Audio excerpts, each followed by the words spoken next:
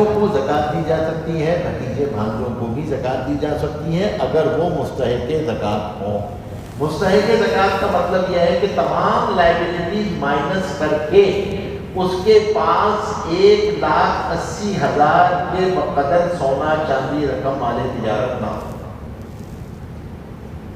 جو poverty level decide کیا ہوا ہے وہ یہ ایک لیول ڈیسائیڈ کیا، تو اگر اس سے کوئی بلو ہے تو آپ اس کو جو ہے زکوٰۃ آپ اس کو زکوٰۃ دے سکتے ہیں، آپ اس کو سنبھالیں۔ سوال یہ ہے کہ کیا بتانا ضروری ہے؟ تو اگر تو زکوٰۃ کا سب سے زیادہ اجر ہے رشتہ داروں میں زکوٰۃ کا، بلکہ میں سب سے عرض کروں گا کہ اللہ کے واسطے اپنی زکوٰۃ میں اجر کمانا چاہتے ہو تو اپنی فیملی کے سفید پوشوں کو تلاش کرو، جن کے یہاں 10-15 دن کے بعد جو ہے نا چولہا نہیں جلتا، لیکن اپنی سفید پوشی میں وہ کسی کے سامنے ہاتھ بھی نہیں پھیلاتے، تو ان کو زکوٰۃ دینے کا دوہرا اجر ہے، صلہ رحمی کا بھی اجر ہے، زکوٰۃ کا بھی اجر ہے، تو وہاں پر خاص طور پہ اہتمام کرنا چاہیے۔ اچھا، آپ نے تحقیق کر لیا، آپ کا کوئی دوست ہے، تعلق والا ہے، آپ کو پتہ ہے اس وقت حالات میں آ گیا ہے، پریشانی ہے، مسئلہ آ گیا ہے اور مستحق زکوٰۃ ہو گیا ہے، تو اب یہاں پر یاد رکھیے گا کہ اگر آپ نے تحقیق کر لی ہے تو اب آپ کو بتانے کی ضرورت نہیں ہے، نیت کرنا کافی ہے، آپ کہتے ہیں ہدیہ ہے، عیدی ہے، قرض ہے، کیوں؟ کیونکہ کسی کی عزت نفس مجروح کرنے کی اجازت نہیں۔ آپ کسی ادارے کو دے دیں، انسٹیٹیوشن کو دے دیں، اسپتال کو دیں، یہاں ڈسکلوز کریں تاکہ وہ چیریٹی اور زکوٰۃ میں ڈفرینشیٹ کر سکیں، ان کو بتا دیں کہ بھائی یہ زکوٰۃ ہے، تو یہ زکوٰۃ آپ مدرسے میں دے رہے ہیں، بتائیں کہ یہ زکوٰۃ ہے۔ تیسرا، ایک ایسا آدمی آپ کے پاس آیا جس کو آپ جانتے نہیں، تو ایسی صورت میں حکم یہ ہے کہ پھر ان کو ضرور بتاؤ، کوئی تھوڑی بہت تحقیق کرو۔ ہاں، تحقیق کا مطلب یہ نہیں ہے کہ آدمی جو ہے وہ کوئی KYC شروع کر دے اس کی پوری، نہیں، سمپل تحقیق کرو، کوئی سوالات پوچھو، اس کو بتاؤ کہ بھائی یہ بنتا ہے، یہ میرے پاس زکوٰۃ کے پیسے رکھے ہوئے ہیں، اگر آپ کو مطمئن ہو جائے تو اس کو ادا کر دیں۔ یہ جو فقیر کھڑے ہوتے ہیں اسٹریٹ لائٹس پہ، ان جگہوں پہ، خاص طور پہ ہمارے ٹریفک لائٹس پہ، یہاں پر تو ان کو زکوٰۃ نہیں دیتے، آپ صدقات دیتے ہیں، بلکہ میں تو کہتا ہوں اب تو صدقات بھی نہیں، ہمارے کچھ ساتھی ہیں انہوں نے بسکٹس رکھے ہوتے ہیں، کوئی جوس رکھا ہوا ہوتا ہے، لیکن زکوٰۃ بالکل بھی نہیں۔ آپ نے جب ادا کر دیے تو اب یہاں پہ اس کا ایک اہم پروٹوکول یہ ہے کہ آپ اب زکوٰۃ دے کے احسان نہ جتائیں، کیونکہ زکوٰۃ کسی چیز کا عوض نہیں ہے، یہ انکریمنٹ بونس نہیں ہے کہ آپ نے زکوٰۃ دی ہے، آپ نے اس کو راشن دیے تھے، اور اس کو 4 گھنٹے بٹھائیں، تو حدیث قرآن کریم کی آیت ہے کہ بھائی اپنی احسان جتلا کر اپنی نیکی کو ضائع مت کرو۔ ہمارے یہاں خواتین ہوتے ہیں، آپ دے دی کسی ماسی کو، آپ نے دینا شروع کر دی، اس کو زکوٰۃ دے دی، کسی موقع پہ کر دی، اب ون فائن مارننگ اس نے کہا کہ بھائی میں تو گاؤں جانا ہوں، اب جناب لے اسی انہیں اس ویلے بچی کی شادی ہو رہی تھی، اس ویلے انہیں پیسے دیتے، اس ویلے انہیں پیسے دیتے، اور ٹور پر گیا بتایا، وہ بھیا آپ نے جو دیا تھا نا یہ اس کا حق تھا، آپ نے کوئی انکریمنٹ بونس تھوڑی دیا تھا، تو نیکی کو جتلانا نہیں چاہیے، اور پھر اسی طریقے سے وہ آپ کی انکم کا یعنی اس کی سیلری کا کوئی حصہ نہیں ہونا چاہیے۔ اب آپ نے یہ زکوٰۃ ادا کر دی تو اب خاص طور پہ اب سوال یہ پیدا ہوتا ہے کہ عورتوں کے پاس زیورات ہوتے ہیں اور ان کے پاس پیسہ نہیں ہوتا، زکوٰۃ کیسے ادا کریں؟ تو بھائی اصل تو جو مالک ہے اسی کو زکوٰۃ دینی ہے، تو اصل تو یہی ہے، لیکن اگر شوہر اس کی طرف سے ادا کر دے تو یہ اس کا احسان ہے، زکوٰۃ ادا ہو جائے گی۔ جیسے شوہر اس کی طرف سے قربانی کر دے، بیٹی کی طرف سے باپ ادا کر دے تو زکوٰۃ ادا ہو جائے گی۔ زکوٰۃ ادا ہو جائے گی۔ اچھا، پھر اسی طریقے سے کچھ سونا لوگ یہ کہہ دیتے ہیں کہ بھائی یہ تو میں نے فلاں بچی کی نیت کی ہوئی ہے، یہ تو میں نے فلاں بیٹی کی نیت کی ہوئی ہے۔ تو یاد رکھیے گا، نابالغ کی اگر آپ نے ملکیت میں زکوٰۃ کر دی، یعنی اونرشپ ٹرانسفر کر دی۔ اونرشپ ٹرانسفر کا مطلب یہ ہے، نابالغ کی اونرشپ بڑی خطرناک اونرشپ ہے، کیونکہ نابالغ کے مال کو کوئی استعمال نہیں کر سکتا، اس کی اجازت کا اعتبار نہیں ہے۔ تو اب یہ نہیں ہو سکتا کہ زکوٰۃ کا ٹائم آئے تو اماں جان بولیں کہ بھائی یہ تو میری بیٹی کا ہے، اور شادی ہو تو زیور پہن کے چلی جائیں۔ تو اس کا مطلب یہ کہ آپ نے اس کو مالک نہیں بنایا ہے۔ مالک بنا دیا کا مطلب یہ کہ استعمال نہیں کر رہے ہیں، اب اس کا لکھ کے کر کے آپ نے الگ لاکر میں کہیں پہ اس کو رکھ دیا ہے کہ بھائی یہ میں نے اس کو گفٹ کر دیا، اب یہ میرا ہے ہی نہیں۔ ہاں تو ٹھیک ہے، اب جب تک یہ بچہ نابالغ ہے، بچی نابالغ ہے، اس پہ زکوٰۃ نہیں ہے۔ جب یہ بالغ ہوگی تو اس پہ زکوٰۃ کرے گی، کیونکہ زکوٰۃ تو بالغ پہ ہے، نابالغ پہ زکوٰۃ نہیں ہے۔ تو یہ چند موٹی موٹی باتیں تھیں جو زکوٰۃ کے حوالے سے بنیادی باتیں ہیں۔ اپنے گھر والوں کے ساتھ بھی اس کا مذاکرہ کرنا چاہیے۔ اب میں آپ سے عرض کروں گا کہ آپ حضرات اپنے سوالات کر سکتے ہیں، بس میری یہ درخواست ہوگی کہ سوال ایسا کریں جس سے عمومی طور پہ سب کو فائدہ پہنچے۔ If it's directly customized with your current situation of the ground reality, nothing to do with somebody else، تو پھر ہم وہ سوال ایسا سوال نہ کریں جو آپ کے ساتھ وہ پھر ہم انفرادی طور پہ الگ سے سوال کریں تو زیادہ بہتر ہے۔ جی آپ فرمائیے۔ میں سوال ریپیٹ بھی کر دوں گا تاکہ اگر آواز علامہ صاحب، سب سے پہلے آپ نے اور مختلف قسم کی گفتگو ہوئی اور بہت ساری چیزیں جاننے کو ملی۔ سب سے پہلے میں اس بات کی اجازت چاہوں گا کہ میں کھل کے کچھ باتیں کرنے کی اجازت چاہوں گا، کیونکہ ہماری سوسائٹی میں کہیں بھی کوئی بات کھل کے کرنے کی اجازت نہیں ہوتی۔ جب بھی بندہ کوئی سیکھنے کی کوشش کرتا ہے تو وہاں پہ پابندی تو الحمدللہ آج کے توسط سے اور یہاں پہ ایک اچھا پینل یہاں پہ موجود ہے، سامعین ایسے ہیں کہ جہاں پہ کچھ سیکھنے کو مل سکتا ہے، جہاں پہ بندہ کوئی بات کر سکتا ہے۔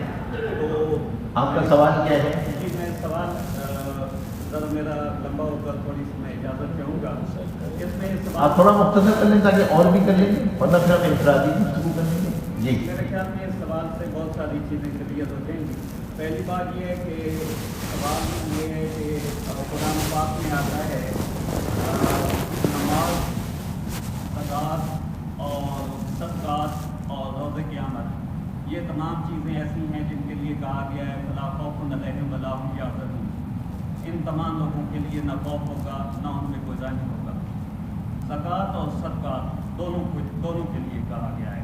تو کیا یہ ایسی چیز نہیں ہے زکوٰۃ اور صدقات عموماً تمام مسلمان تمام سال ہی کرتے رہتے ہیں، تو کیا زکوٰۃ اور صدقات کو ہم مکس نہیں کر دیتے اور جو چیزیں ہم بیان کرتے ہیں زکوٰۃ کے لیے وہیں صدقات ہم کرتے رہتے ہیں اور زکوٰۃ ہی پہ ہم امپلیمنٹ کرتے ہیں؟ اللہ معاف کرے، میں کوئی منکر زکوٰۃ نہیں ہوں۔ زکوٰۃ ایک ایسی چیز ہے جس کے لیے حضرت ابوبکر صدیق رضی اللہ تعالیٰ عنہ نے حضرت خالد بن ولید کو منکرین زکوٰۃ کے لیے جہاد پہ مقرر کیا، حالانکہ وہ اسلام کو مانتے تھے کے زمانے میں، اور مرتد ان کو قرار دیا گیا، جہاد کیا گیا۔ لیکن سوال یہ ہے کہ جو ہم زکوٰۃ کہتے ہیں وہ ایک اسلامی ویلفیئر اسٹیٹ کو دیا جاتا ہے، زکوٰۃ اس کے لیے دیا گیا ہے۔ آپ اس سوسائٹی میں اب آپ کو سننے والے تو بہت بیٹھے ہیں، لیکن دل سے سوال کریں تو پتہ نہیں کتنے لوگ زکوٰۃ اس لیے نہیں دیتے ہوں گے کیونکہ ہماری سوسائٹی میں بہت سارے لوگ بہت سارے ٹیکسوں میں پسے ہوئے ہیں۔ ہر چیز پہ ٹیکس ہے، اس جگہ پہ آپ دیکھیں تو بجلی کا ٹیکس ہے، آپ کے موبائلوں پہ ٹیکس ہے، ہر چیز پہ ٹیکس ہے جو آپ پہ آپ کی ریاست لگاتی ہے۔ تو زکوٰۃ کیا اسٹیٹ کا ٹیکس نہیں ہے جو اس زمانے میں بھی اسٹیٹ کا ٹیکس تھا؟ بالکل صحیح ہے۔ تو آپ کا سوال یہ ہے، میرا سوال ہے کہ زکوٰۃ اسٹیٹ کا ٹیکس ہے اور صدقات یہ وہ چیزیں ہیں جو آپ نے بیان فرمائی ہیں۔ اور دوسرا میرا سوال کا نقطہ ہے جو آپ نے فرمایا کہ آپ نابالغین کو دیتے ہیں جو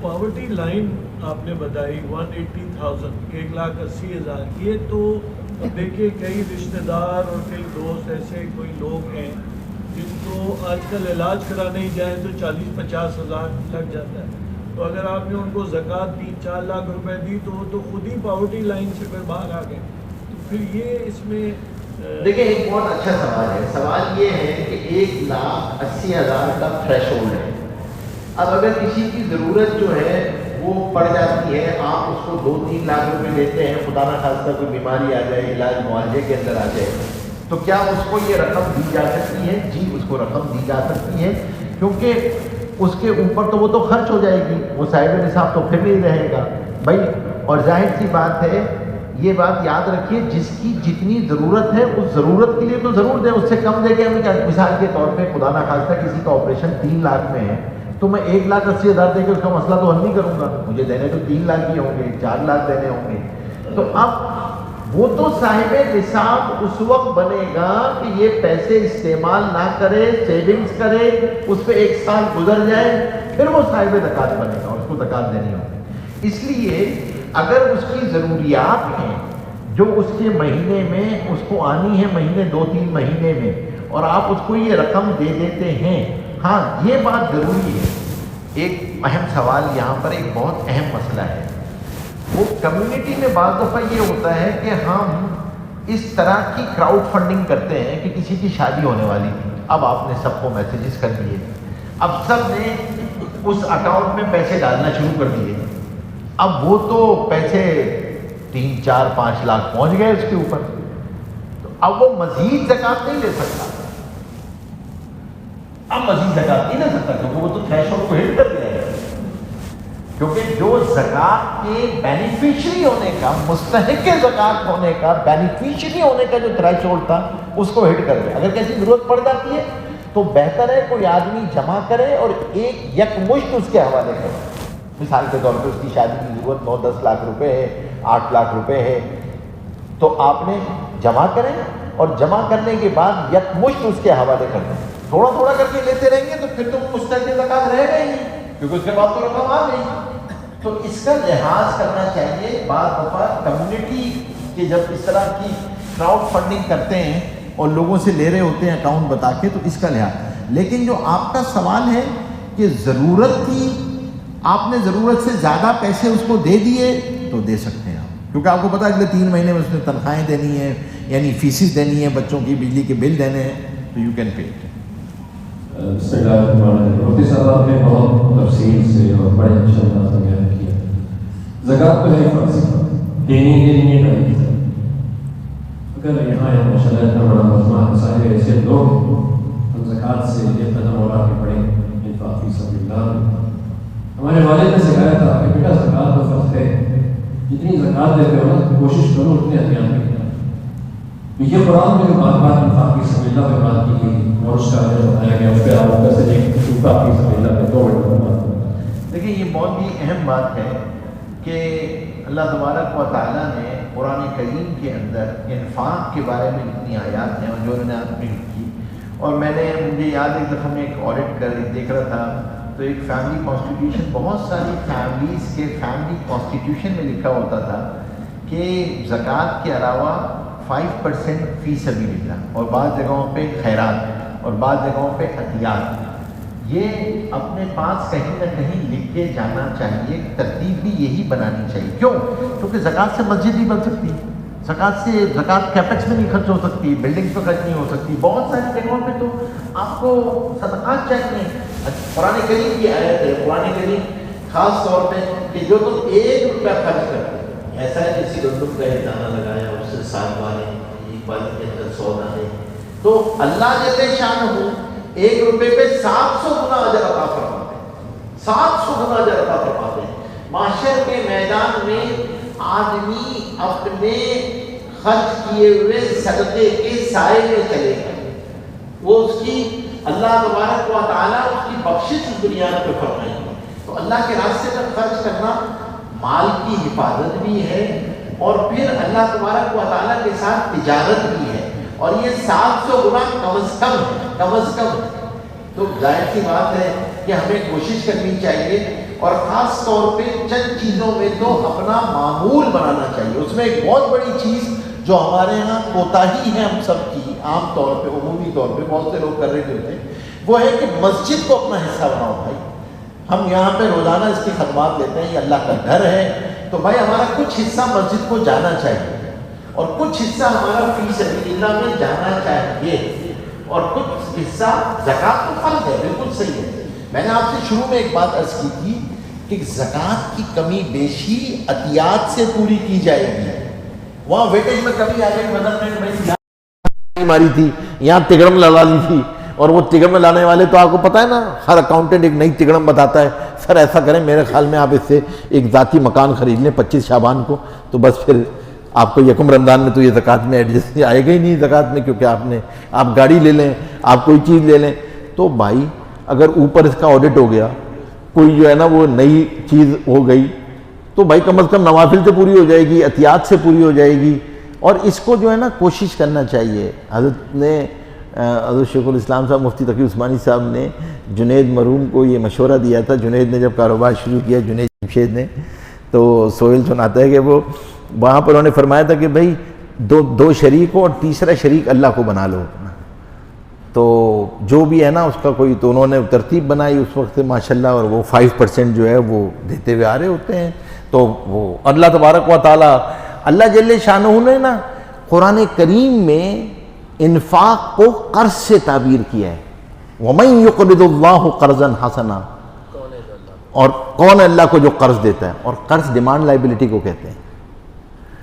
قرض از اے ڈیمانڈ لائبلٹی. اللہ کہہ رہے ہیں مرنے سے پہلے ریمبرس کر دوں گا. اللہ اپنے کھاتے میں نہیں رکھیں گے, 700% ریمبرس کر دیں گے. اللہ میں حاجی غریب نہیں ہوتا نا, اللہ TADA کھاتے میں نہیں رکھتے. جو اللہ کے گھر جانے پہ خرچ کیا تھا اللہ واپس لوٹا دیتے ہیں. تو اللہ تو ریمبرس کر دیتے ہیں. سودا بن دیکھے کیا ہے, تھوڑا سا بس سودا ذرا بن دیکھے کیا ہے, تو اس پہ تھوڑا سا برداشت کرنا پڑتا ہے. لیکن اللہ جل شانہ نوازتے اسی پر ہیں, تو ہم ضرور اس کی کوشش کریں. انفاق فی سبیل اللہ کی ضرور کوشش کیا کریں. اگر اپنے کاروبار میں آپ برکت چاہتے ہیں نا, اپنے مال میں برکت چاہتے ہیں, تو کچھ یتیموں کو اپنے زیر کفالت رکھا کریں. ان کی دعاؤں سے مال میں برکت آتی ہے. کچھ لوگوں کو, کچھ چیزوں کو اپنا اہتمام کر لیں آپ انشاءاللہ. اور انفاق فی سبیل اللہ کی ترتیب ضرور رکھیں, بلکہ اپنی اولادوں کو عادی بنائیں کہ صدقہ دیں, خرچ کریں اپنے مال سے. چھوٹا سا سوال یہ ہے کہ بولا یہ جاتا ہے کہ زکوٰۃ جو ہے وہ آپ اپنے پاک مال سے دو. مال بالکل پاک. اب جو بندہ ہوتے ہیں لوگ, کوئی کریڈٹ کارڈ ڈپارٹمنٹ میں کام کرتا ہے, کوئی بینک میں کام کرتا ہے, کوئی وہاں کام کرتا ہے, تو اب اس کی زکوٰۃ کے اندر اگر کہیں سے آیا ہے پیسہ اس طرح جو سود کا پیسہ آیا کہیں سے, تو اب وہ زکوٰۃ کس طرح ہے؟ پھر بھی نکالنا چاہیے بھائی, زکوٰۃ نکالو اپنی. یہ فیصلہ اوپر ہوگا, لیکن اس کی وجہ سے زکوٰۃ مت روکو. مال ہے نکالو اس کو. تمہارے پاس ابھی اور کوئی پیسہ ہے نہیں اس کے پاس, تو جو پیسہ موجود ہے اس میں سے نکالے. اگر کوئی بچہ صاحب نصاب ہو جاتا ہے, فار ایگزامپل آج ہو جاتا ہے, نیکسٹ ایئر اسی مال میں سے وہ خرچ کر دیتا ہے, اور 1 سال گزر گیا اس کا, لیکن اب جب 1 سال پورا گزر گیا تو وہ صاحب نصاب نہیں رہا, تو کیا پوائنٹ آف سٹارٹ آج سے ہوگا یا اب جب دوبارہ اس کے پاس مال آئے گا پھر دوبارہ سال شروع ہوگا؟ ایک بچہ جس کے پاس پیسے موجود تھے, پیسے آئے, اور لیکن جب اگلا سال آیا, یکم رمضان آیا اگلے سال کا, تو اس وقت اس کے پاس وہ تھریش ہولڈ سے کم تھا, تو اب وہ زکوٰۃ سے نکل جائے گا. اب وہ جب دوبارہ اس کے پاس آئے گا تو پھر اس وقت سے اسٹارٹ ہوگا. یہ بات مال تجارت کا ذرا پلیز ایکسپلین کر دیں, کیونکہ مال تجارت آتا ہے اور بک جاتا ہے اور اسٹاک جو یکم رمضان کو آپ کی اسٹاک ہوگی. اچھا ایک اور بھی امپورٹنٹ بات ہے اس میں, بعض حضرات اکثر مسئلہ یہ ہوتا ہے مینوفیکچرنگ انڈسٹری میں خاص طور پہ, کہ رمضان کیونکہ اب پیچھے آتا جا رہا ہے تو اسٹاک کلوزنگ اتنی آسان کام رہا نہیں ہے. تو اگر آپ جون کی کلوزنگ لے لیں تو پھر اگر آپ نے سولر ایئر کو لیا ہے تو 2.60 پہ زکوٰۃ دے دیں, 2.5 کے بجائے 2.60 پہ زکوٰۃ دے دیں, اور یہ جو 10 دن کا فرق ہے, یہ 10 دن کا فرق اس میں شامل کر لیں. اب جب وہ جو بھی تاریخ آپ نے کلوزنگ کی رکھی ہے اس دن آپ نے ساری کلوزنگ کرنی ہے. پہلے آیا ہے, 2 دن پہلے آیا ہے, تھا آپ کے پاس, نکل گیا 2 دن پہلے, آپ نے اس دن کی تاریخ کو آپ نے یہ اٹھانا ہے.